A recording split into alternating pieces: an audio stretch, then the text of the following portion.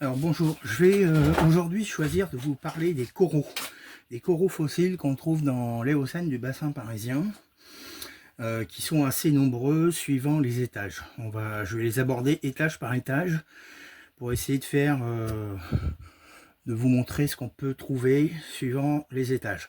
Alors déjà, ce qu'il faut savoir, c'est que dans le Paléocène, au Thanétien, on n'a que de très rares éléments attestant la présence de coraux. Je vous mettrai des photos, mais c'est vraiment extrêmement ténu, voire nul, sans qu'on comprenne pourquoi. Parce que la mer était quand même relativement chaude, on devrait en trouver, mais on n'en trouve pas.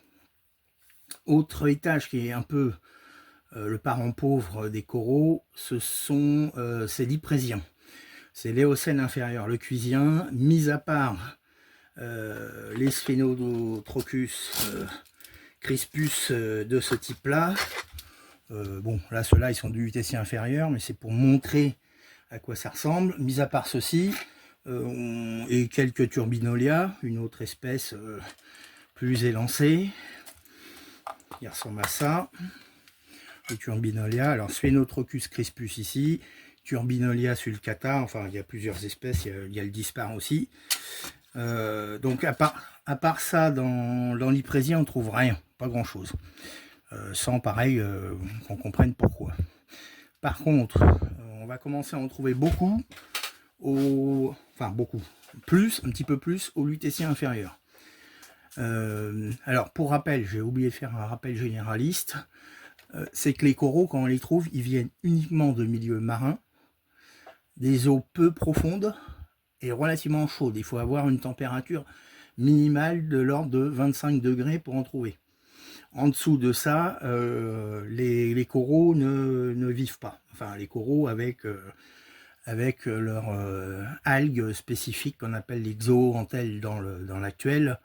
Mais il est très probable qu'il y avait déjà des systèmes de commensalisme de cette nature-là dans le passé. Alors, les premiers coraux qu'on va trouver dans le Lutétien inférieur du bassin parisien, c'est ceux-ci. C'est les Turbinolia sulcata, donc ils ne sont pas très gros, vous voyez. Ceci dit, ils sont assez abondants. Il y en a une autre espèce qui est la dispar, qui est un peu plus grosse, avec des motifs, des septes différentes. Bon, là, c'est une espèce qu'on trouve fréquemment dans tous les gisements, plus ou moins en bon état, mais qu'on trouve fréquemment. L'espèce Sphénotrochus crispus, c'est pareil, on va la trouver un petit peu partout dans le Lutétien inférieur et aussi au Lutétien moyen. On a une autre espèce, le Sphénotrochus, je mettrai une photo parce que là je les ai pas, ils sont assez petits, qui présentent des pieds un petit peu différents. Et là, ceci dit, ça reste des petits coraux solitaires, vous voyez. Donc, vu le nombre, on en trouve assez fréquemment. Ils sont fréquents dans la plupart des gisements, sans qu'on comprenne bien pourquoi il n'y en avait pas avant ou après. Alors, je vais passer à d'autres coraux. Alors, par exemple, on a les coraux classiques du Lutétien inférieur, qu'on appelle les Opsamia trochiformis, qui sont, vous voyez, un petit peu plus gros déjà, qui sont souvent quand même droits, mais il arrive qu'il y ait des pieds pathologiques. C'est très rare, mais ça peut arriver. Et on a bien ici les cloisons, ce qu'on appelle les septa en français, et septa aussi en anglais. Ça, c'est un corail qui est hyper fréquent. Ceci dit, les avoir comme ça complets, souvent ça relève de la gageure parce que c'est assez fragile malgré tout. Alors, on va avoir d'autres types de coraux, toujours dans le niveau du Lutétien inférieur. Et donc là, on est déjà sur des espèces de plus grande taille, mais qui ne sont pas non plus encore spectaculaires. Mais ce sont des coraux solitaires, c'est-à-dire ce sont des coraux qui ne forment pas de colonies, comme on le verra un petit peu plus tard dans les niveaux auversiens, où là, on va en trouver des grandes quantités. Alors, toujours sur le Lutétien inférieur, deux gisors, hein, ce coup-ci. C'est le seul corail colonial que j'ai trouvé en presque 25 ans de fouilles là-bas. C'est un Goniopora, probablement Websteri. Il est très fragmenté, mais bon, voilà, il fait partie des coraux rares au lutétien inférieur, des coraux coloniaux qui s'établissent en colonie, hein, puisque contrairement aux autres, ils ne sont pas un pied unique. Chaque forme losange là, représente un individu et la colonie pouvait être plus ou moins grande. Là, j'ignore la totalité de la colonie parce que, vous voyez, elle est partie en morceaux, en plusieurs morceaux, mais ceci dit, voilà, c'était un spécimen unique à la base. Donc ça, c'est la seule colonie que j'ai trouvée à Gisors sur une vingtaine d'années de fouilles, complète, pas complète, à peu près complète. Là, ici, j'ai une autre espèce d'un corail solitaire qui est relativement fréquent, enfin, c'est pas le plus fréquent, mais on le trouve, c'est le Circophilia truncata. C'est encore un corail solitaire. Vous voyez, le pied, alors le pied a la particularité souvent de s'attacher sur des coquilles ou des huîtres ou des choses comme ça, voire d'autres coraux. On arrive à en trouver des fois, des fragments. Et la forme est plus évasée, plus creuse. Et le pied n'est pas droit, il y a des parois un petit peu plus hautes. Voilà, c'est une espèce sympathique aussi qu'on a dans le lutétien inférieur du bassin parisien, qui n'est pas hyper abondante, mais on en trouve. Là, par exemple, j'ai un bout d'un pied qui est enroulé autour d'un morceau de turritelle, un morceau de Ostator. Bon, c'est difficile à voir peut-être sur le film, mais je vous assure que c'est bien un bout de gastéropode. Après, on a encore d'autres formes, alors pour lesquelles j'ai pas encore mis des noms pour tout, sur toutes, malgré qu'elles soient connues. La grosse difficulté, c'est de trouver des publications qui décrivent ces éléments et qui permettent de les identifier. Il y en a quelques-uns, ils datent souvent de 1840 avec Michelin. Il y a quelques publications plus récentes, mais qui ne reprennent qu'un inventaire subjectif. Alors par contre, on avait ça, là c'est pas spectaculaire. On en avait énormément d'Arcy à Chaumont-Vexin. Je vais le mettre en pause, je vais essayer de vous en montrer d'autres. Alors voilà, je reprends. J'ai les Oculina raristella de Chaumont-Vexin qui étaient assez abondants dans la couche, qui se présentent comme ça, de forme branchue, avec des septa là sur le côté, des individus. Alors chaque petit trou est un individu. Donc, vous voyez, il y en a des deux côtés. Et ça peut former, ça devait former des grands buissons au fond de la mer, parce que on a trouvé à des endroits des concentrations où il n'y avait que ça. Il n'y avait strictement rien d'autre, hormis ces coraux. Donc c'était assez impressionnant. Là, ce n'est qu'un petit échantillon, et je vais en avoir une boîte encore un petit peu plus grosse, où il y en a encore quelques centaines d'exemplaires. On les trouvait rarement plus grands que ça. Par contre, sur un autre gisement d'âge similaire, je vais vous montrer, on a des formes un petit peu plus massives. Là, c'est à Bourry-en-Vexin. Celui-là, je l'ai photographié, je vous montrerai. Et celui-là, on voit que la forme est un petit peu plus massive. Voilà. Donc, est-ce que c'est la même espèce? Je ne sais pas à l'heure actuelle. Ceci dit, voilà, c'est une branche comme ça qui est un peu plus droite, un peu plus épaisse. Il y a différentes formes. On voit, c'est pas tout à fait pareil. Bon, ça correspondait plutôt aux faciès de Gisors, mais étrangement sur Gisors, je me souviens pas en avoir trouvé beaucoup. Donc là, on était dans le lutétien inférieur. On va voir presque terminé. Le lutétien inférieur, c'est pas le plus riche pour ces coraux. On va passer au lutétien moyen, et c'est guère mieux pour l'instant. Au lutétien moyen, on a encore beaucoup de petits coraux solitaires. Dans la Marne, on a ça. Alors, on a les premiers Goniopora. Ça, c'est un échange que j'ai fait avec un ami qui l'avait trouvé. Ça vient de Fleury-la-Rivière. Dans la Marne, c'est du lutétien moyen. Et c'est une des premières colonies que j'ai vues de ce genre-là, appartenant au genre Goniopora. Bon, elle n'est pas trop mal. Elle fait quand même 5-6 cm. Après, il y a d'autres coraux qui sont plus encroûtants. Toujours de Fleury-la-Rivière. Toujours échangé, puisque moi, j'ai jamais fouillé là-bas. Donc ça, c'est encore des goniopora. Alors, ils sont pas hyper abondants, et de temps en temps, vous voyez, on les a sous forme de plaques, comme ça, qui ont tendance à couvrir, je dirais, des organismes tels que des huîtres ou des campaniles, peut-être, et qui permettent de récolter ces éléments-là, parce que, vu qu'ils sont pas très épais, à mon avis, s'ils couvraient pas quelque chose, il y a peu de chances que ça se préserve correctement. Voilà, donc ça c'était le lutétien moyen de la Marne. Je vais vous montrer maintenant de l'Oise, hein, lutétien moyen de l'Oise. Alors là on a des petites boules comme ça coralliennes. Ce sont des Stylocoenia et marciata de mémoire. Alors c'est jamais très gros. Ceci dit, une fois sur un gisement, j'ai vu une de ces formes-là qui avait été trouvée par une tierce personne qui atteignait la taille d'une clémentine. J'ai pas eu le réflexe de la photographier, c'est dommage. Mais bon, c'était un gisement équivalent au lutétien moyen. Voilà, donc ça c'est un petit corail.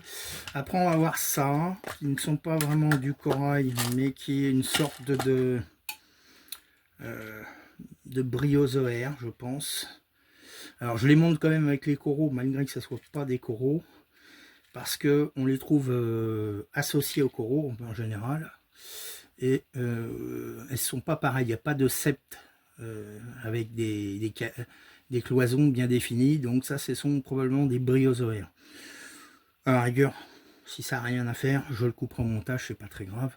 Ceci dit, on les trouve dans le lutétien moyen de l'Oise. Je n'ai pas souvenir de l'avoir vu ailleurs, mais comme ça reste quelque chose de peu recherché, c'est probable qu'on ait échappé. Alors je vais le mettre en pause, on va passer au coraux de l'Auversien. Et là vous allez voir, c'est tout autre chose.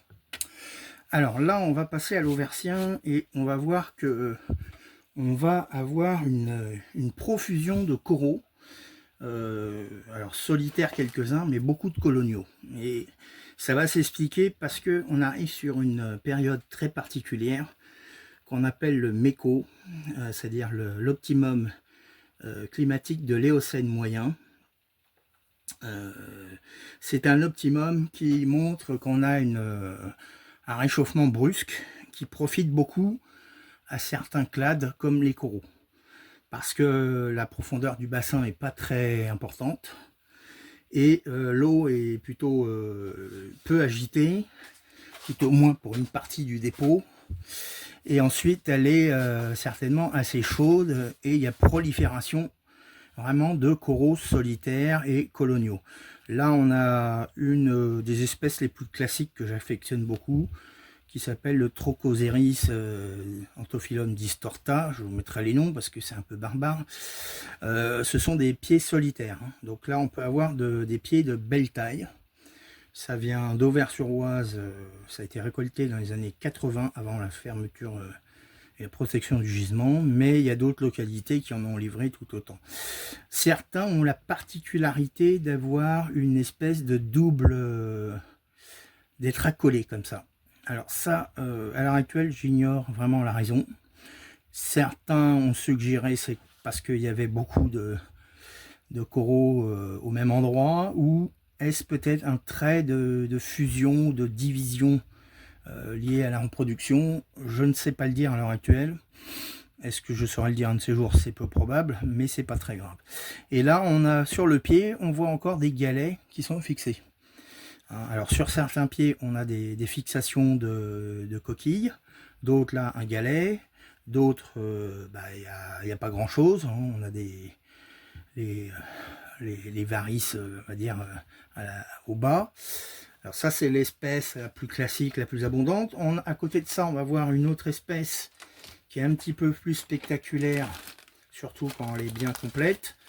C'est le Cyatoceris fudibuliformis, qui est de grande taille et qui peut atteindre des tailles presque de 15 cm, qui est un petit peu différent. Les bords, vous voyez, sont comme plissés, et puis à l'intérieur, au mieux que ça soit bien droit, ça fait comme des petites vaguelettes aplaties. Donc ça c'est un corail solitaire, encore une fois, et là on voit l'amorce d'un deuxième individu comme sur l'autre. Alors, est-ce que c'est lié à un problème d'occupation ou simplement de reproduction ou peut-être de division, je ne sais pas. Et je vous dis, je peux probablement qu'on le sache un de ces jours. Alors, là c'était au vert, mais je vais passer maintenant à d'autres gisements qui sont bien connus, comme le guépel. Alors ça c'est un spécimen qui est unique. Pendant très longtemps, j'ai cru que c'était une espèce fantôme, à tel point qu'elle avait été figurée par une personne sur un document, et je ne l'avais jamais trouvée. Il se trouve que c'est un ami qui me l'a donné là, récemment, et qu'il l'avait trouvé dans les années 80 au guépel, et c'est un Sidaristrea parisiensis. Et la seule occurrence que j'ai trouvée, moi, de mon côté, c'était dans du marinésien du Vexin, un tout petit fragment qui me permettait déjà de savoir que c'était la même espèce. Mais là, ce spécimen-là est absolument hors norme, hein. C'est vraiment une patate corallienne fantastique, superbement préservée. Rien que pour ça, ça valait le coup d'aller chez le copain, même si c'était un peu loin. Alors, je vais vous montrer d'autres coraux qui sont toujours du guépel, qui sont un peu moins spectaculaires, mais qui sont quand même assez de belle taille. Ça, c'est le Dendrophilia qui peut atteindre de belle taille aussi. Il y en avait beaucoup à Auvers-sur-Oise, à Méry-sur-Oise et quelques-uns au guépel. Très peu au guépel, étonnamment. Et vous voyez, sur celui-ci, on a des traces de fixation de vermétidés là, qui sont ancrées sur les branchages. Alors, c'est un peu comme un buisson, on va dire, avec, ici, on a la septa, et qui n'est pas, voilà, là, certains sont visibles, d'autres pas. Bon, là, ça fait partie quand même des grands coraux, hein, parce que ça pouvait certainement atteindre de belles tailles. Là, ça vient d'une couche marneuse qui préservait très très bien ce genre de matériel. Et ça, d'une couche sableuse où le matériel était un peu moins bien préservé mais qui restait quand même intact. On va passer à tout un tas d'autres petits spécimens, là encore, qui sont alors des plaques comme ça. Alors, il y a des Astrea, Panicea, il y a des Goniopora. Là, c'est un fragment de Goniopora, je pense. Je vais vous montrer. Voilà, ça, c'est une plaque de d'Astrea Panicea que j'ai trouvé au guépel et qui est plutôt rare au guépel parce que, étonnamment, il y en avait très très peu de ça.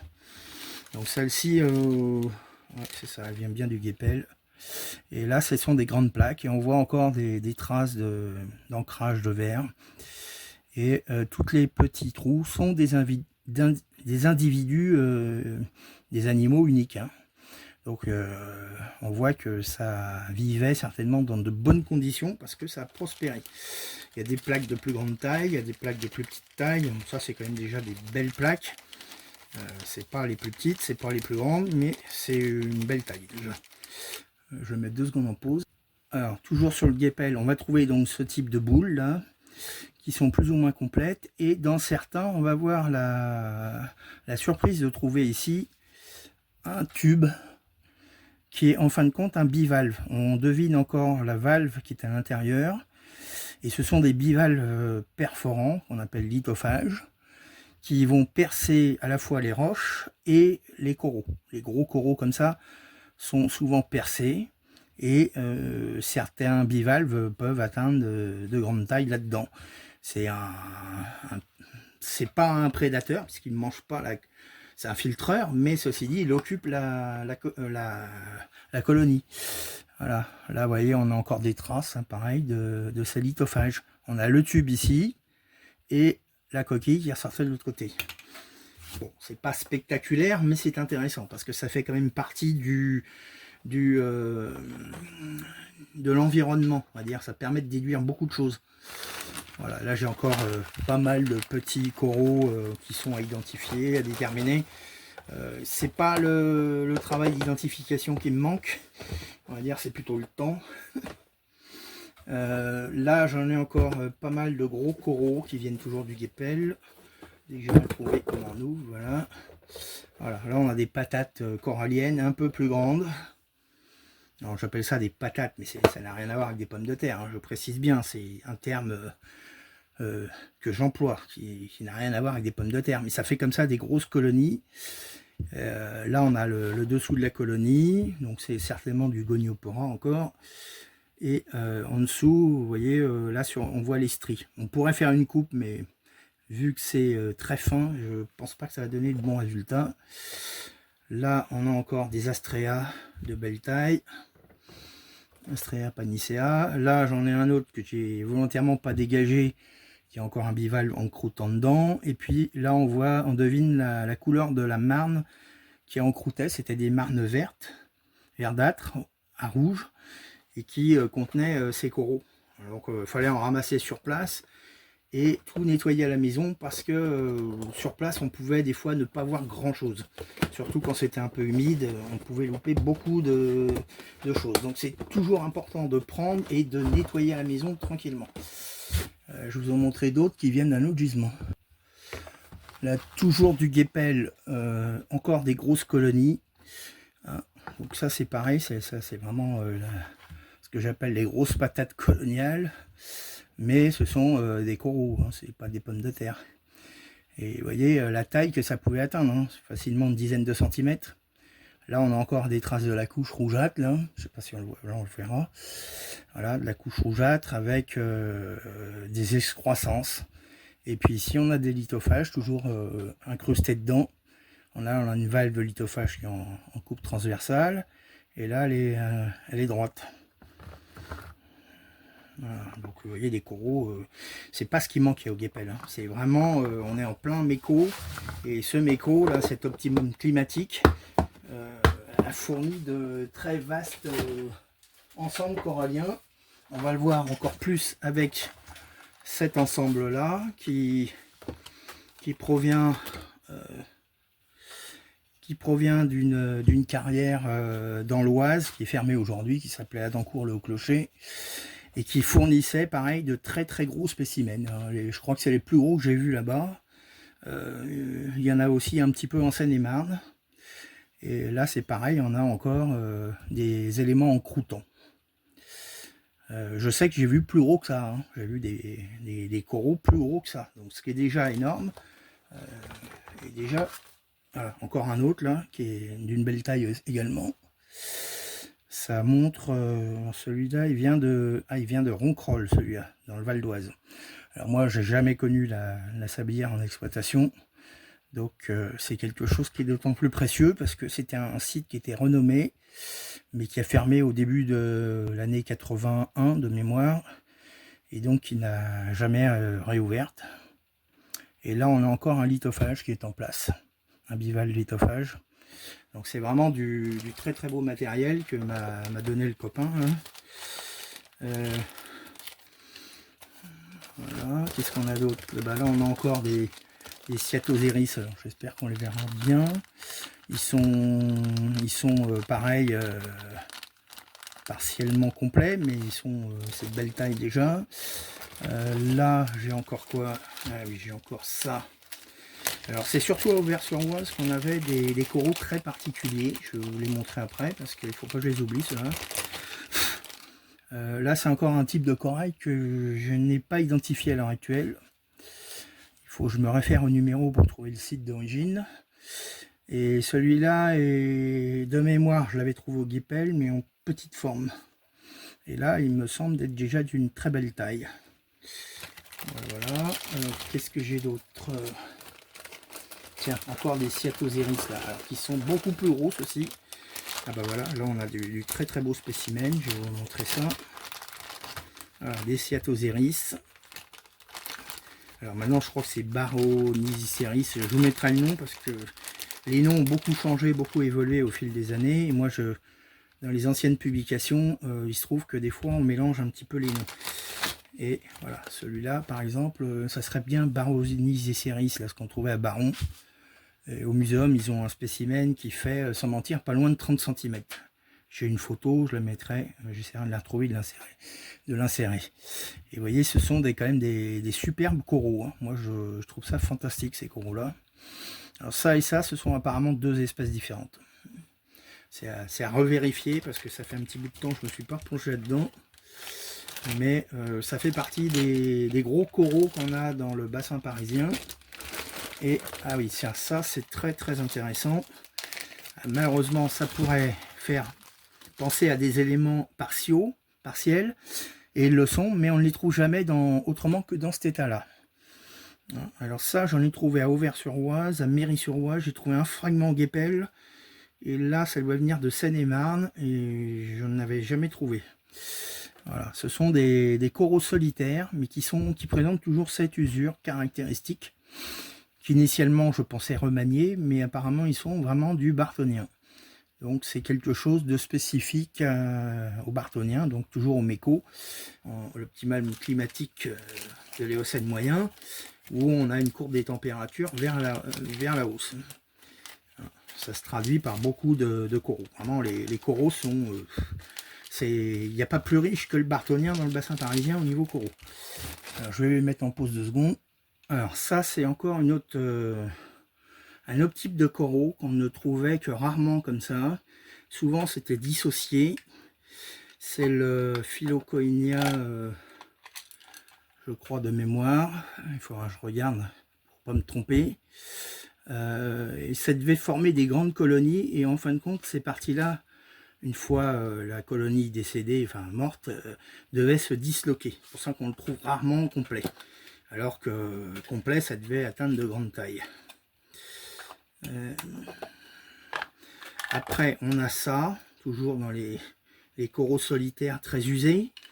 Ceci dit, ceux-là, ils sont un petit peu différents des autres, là vous allez voir après. Ils sont plus arqués et c'est, je crois, une autre espèce. Pareil, je vais essayer de retrouver le nom, parce que je vous dis, ça fait au moins 2 ans que je ne me suis pas penché là-dessus. Et donc, les noms, bah, on les confond, on les oublie un petit peu. Alors, cela, c'est vraiment, pour moi, c'est le top du top. Trouvé à Auvers dans les années 80. Quand j'ai trouvé ça, j'étais persuadé que c'était du remanié. Mais en fin de compte, non. C'est vraiment du bartonien. Ça s'appelle des Trocosiatus. Et c'est un genre qui est toujours présent apparemment dans l'actuel. Mais toujours usé. Non, c'est toujours usé. Voilà. Toujours usé comme ça. Et on ne les trouve jamais autrement. Alors peut-être qu'on peut en trouver un, si on a du bol, un de ces jours vraiment complet. Mais bon, l'usure est assez prononcée. Et ça m'avait été identifié par une dame qui travaillait sur les coraux dans les années 80-90 au muséum. Madame Bertha Calmu, qui est décédée entre-temps, malheureusement. Et je lui avais montré pas mal de coraux que j'avais trouvés sur Auvers, sur Guépel, tout ça. Et elle était intéressée pour me les identifier, notamment. Là, je vais vous montrer le dernier truc qui est un petit peu bizarre. C'est alors un truc de très grande taille. Ça s'appelle un Millepora deformis. Alors, c'est pas vraiment un corail au sens terme du corail. Ça serait plutôt ce qu'on appelle un hydrozoaire, c'est-à-dire un corail mou, entre guillemets. Ça vient de l'ancienne carrière de Méry-sur-Oise qui a été comblée par la DIR, l'équivalent de la DDE, en 2002. Malheureusement, le site n'est plus accessible, c'est bien dommage. Il fournissait de très très beaux coraux, quelques coquilles, quelques belles dents de requin, mais alors surtout des coraux de premier ordre, vraiment des centaines de coraux, des beaux bélocépias, des choses comme ça. C'était pratique, j'allais en vélo, c'était sympa. Malheureusement, ça a été oblitéré, ils ont fait une déviation, ils l'ont fermé. Voilà. Bon, voilà, on arrive à peu près à la fin. Je pense vous avoir présenté à peu près tout ce que j'ai d'intéressant et de compréhensible. Maintenant, je vais essayer de faire le montage. Voilà, bah tiens, on a encore celui-là qui est un peu comme celui de tout à l'heure, qui est un peu dissociable.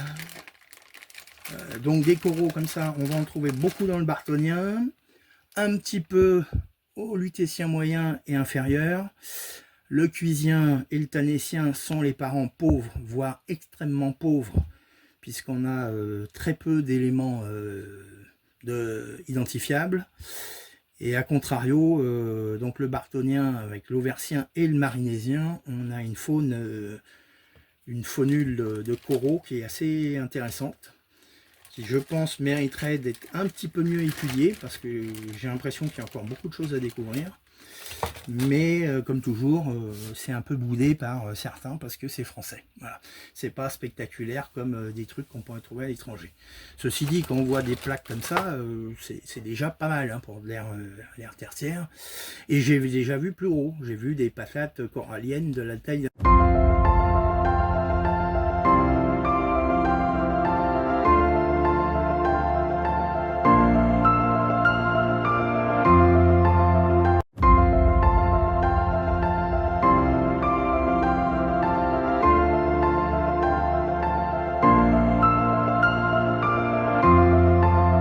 sur les fossiles du bassin parisien. Voilà, j'espère que ça vous plaira. Je vais essayer de faire le montage et puis vous me direz si ça vous intéresse ou pas. Et puis si ça intéresse, tant mieux. Si ça intéresse pas, tant pis. Hein. Allez, à bientôt.